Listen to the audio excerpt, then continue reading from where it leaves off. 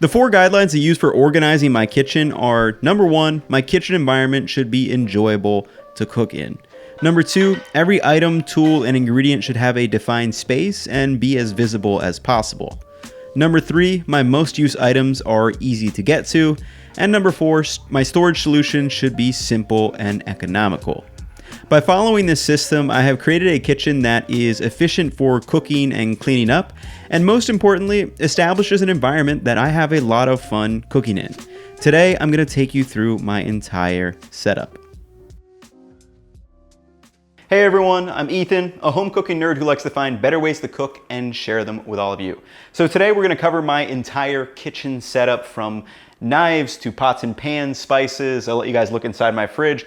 We'll literally cover everything. And I think the biggest thing that I want you all to take away from this video is that really this kitchen is about creating a place that I enjoy being in, that I want to cook in, that inspires me. I can spend maybe 20 minutes or I can spend hours upon hours in here. So as you kind of watch through the videos, just kind of think about that and how that can relate to your own kitchen. And hopefully you guys can find some ideas to create a kitchen that you all want to cook in too. So without further ado, let's hop into the video. Every section will be timestamped below as always. So if you guys want to jump around to various sections, you can feel free to do so.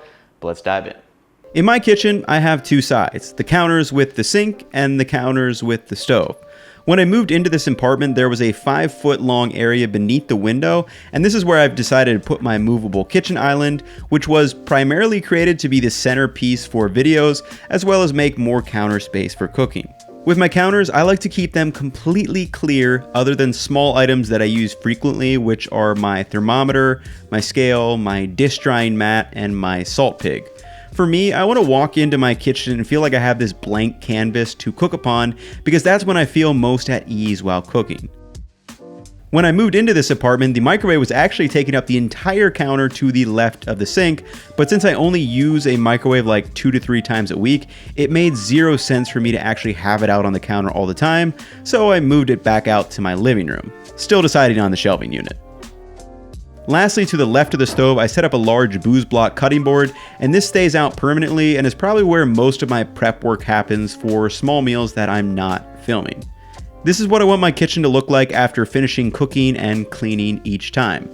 Now with this general layout covered, facing the stove will move left to right around the kitchen. The first drawer to the left of the stove houses my cutlery and some small utensils like a rolling pin, grater, whisk, garlic crusher, and can opener. And all of these items are just placed in a bamboo drawer organizer from IKEA. The cabinet below the cutlery drawer is where I store my pots and pans. On the top shelf, I have my large stock pot and just a lid to one of my other saucepans. Then on the bottom, I have my pots and pans stored in an expandable pot organizer I got from Amazon. It was about $27 and is a game changer for storage. Storing the pans upright instead of stacking them on top of each other makes them easier to see, and there's no banging around of pots. Another note on my pots and pans, I've tried to keep them to a minimal number to what I actually need and use. This is all of them besides my wok, which is too large for this cabinet, and then my cast iron griddle, which I actually can store in here, but it basically lives on top of my stovetop since it is easily my most used pan. To the right of the stove are a column of 4 small drawers. On the top, it contains my essential cooking utensils like spatulas, tongs, and slotted spoons. Below this drawer is my plastic wrap, freezer bags, tin foil, and parchment paper. The third one down usually stores breads that are eaten within a couple of days. Right now I just have some flour tortillas and burger buns. The bottom drawer contains all of my deli containers, which are the containers I use for basically 95% of storing my food. I switched to these when I moved into this apartment, and they are absolutely game-changing. They are washable, reusable, you can recycle them when they have run their course or get stained, and I have them in 8 ounce, 16 ounce, and 32 ounce sizes. I love them because all the lids are the same size and they fit really nice in the fridge. They're easy to see what's inside them. And I do have a couple of glass containers that I'll use sometimes for foods that may fit better in a rectangle, but most of the time I only use these deli container. Now let's talk about the fridge, starting with the exterior. So on the outside of my fridge is a magnetic shelf organizer that I found on Amazon to store my daily use oils like peanut and olive oil along with cooking spray and black pepper. And then on the top I keep some sauces and vinegars. It also houses a roll of paper towels, and I found it for about $25 at the time, and it's one of my best finds for organization. The magnet is super strong and I have zero worries about it falling off. But now let's talk about the inside of the fridge. So in general, the top and bottom shelves are the coldest areas of the fridge. So on the top shelf, I like to put my leftovers so they can cool faster and get them out of that food danger zone, which is 40 to 140 degrees Fahrenheit. I also store my yeast in the back along with some other things like yogurt. On my middle shelf, I like to place my vegetables and fruits in bins. This keeps them semi-organized and it's easy to see what I have on hand. Since my eyes are naturally drawn to the bright colors in the middle of the fridge, I generally find that I use up my fruits and vegetables before they go bad.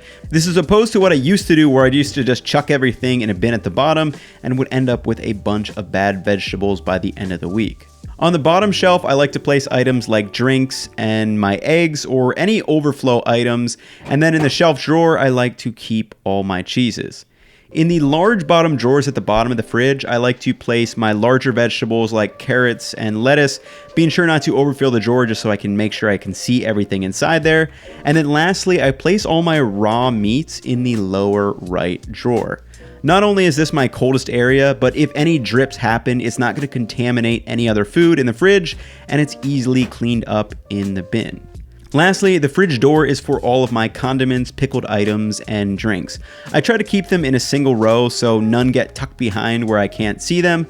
Then in the freezer, I like to keep some pre-portioned leftovers, some meats that I may have got a good deal on but haven't got a chance to cook yet, ice, and usually a bag of peas in case I end up with a black eye.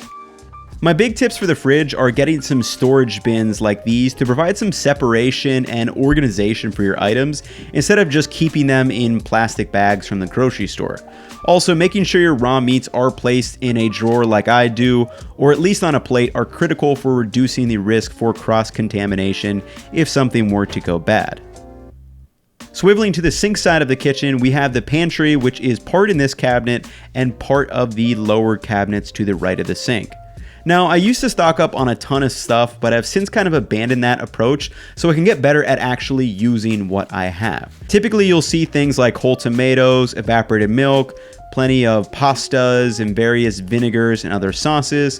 Then in my pantry cabinets to the right of the sink, I have my leftover spices that I use to refill my spice bottles, spices like dried chilies that I may not use very often, and then I also like to keep my excess peanut oil, baking items like cornmeal and cornstarch, and then I have these resealable containers from OXO that have my bread flour, sugar, and rice. These are really nice containers for pantry items that I would highly suggest. For the sink, I did a video about the install if you want to check it out, but for organization wise, I just have this dish mat out that has my sponges, dish soap, trash bags, barkeeper's friends, and some general purpose spray under here, and then I also keep my trash bin under the sink as well. To the drawer to the right of the sink, I just have some various items in here like some extra towels, some bread making items, and like an extra thermometer or something, but to the drawer to the right of that one, I have all of my spices. So I did a whole video if you do want some more in-depth information about what spices I use, but in general, you just want to keep your spices away from open air, moisture, heat, and direct light. So I decided to keep mine in translucent jars just because they look cool, but store them in this drawer. They are easily refillable and easily identifiable. For my table and dishware, I keep it in this large cabinet, and plates and bowls are on the bottom shelf, which I use most often. Then on the second shelf, I have my whetstones, some other plates, mason jars for pickled onions, and some cast irons for plating purposes like in my mac and cheese video. Then on the next top shelf, I have some bread baskets, a sous vide, and some glasses. Nothing on the top shelf because I can't reach it. To the right of the cabinets for knife storage, I went for a magnetic wall rack. Now, this is not only a sexy way to show off your knives, but it's also probably the best storage technique because it won't dull the edge like a knife block might, and if some water is left on the knife, it will dry out instead of mold or mildew potentially developing. To round out the tour is again my DIY kitchen island. Again, it's just the centerpiece for my videos, but I do store a couple of things underneath here, like my onion and garlic bin, which I use all the time, some mixing bowls, my food processor, my mortar and pestle, and an extra cutting board that I typically use for raw meats. I also do hang a couple of things up here as I see fit, but all in all, I've really been liking this system that I put in place for storage and organization in my kitchen. Hopefully you all have found at least one or two things that can work for you in your kitchen and creating a kitchen that makes you happy to cook in.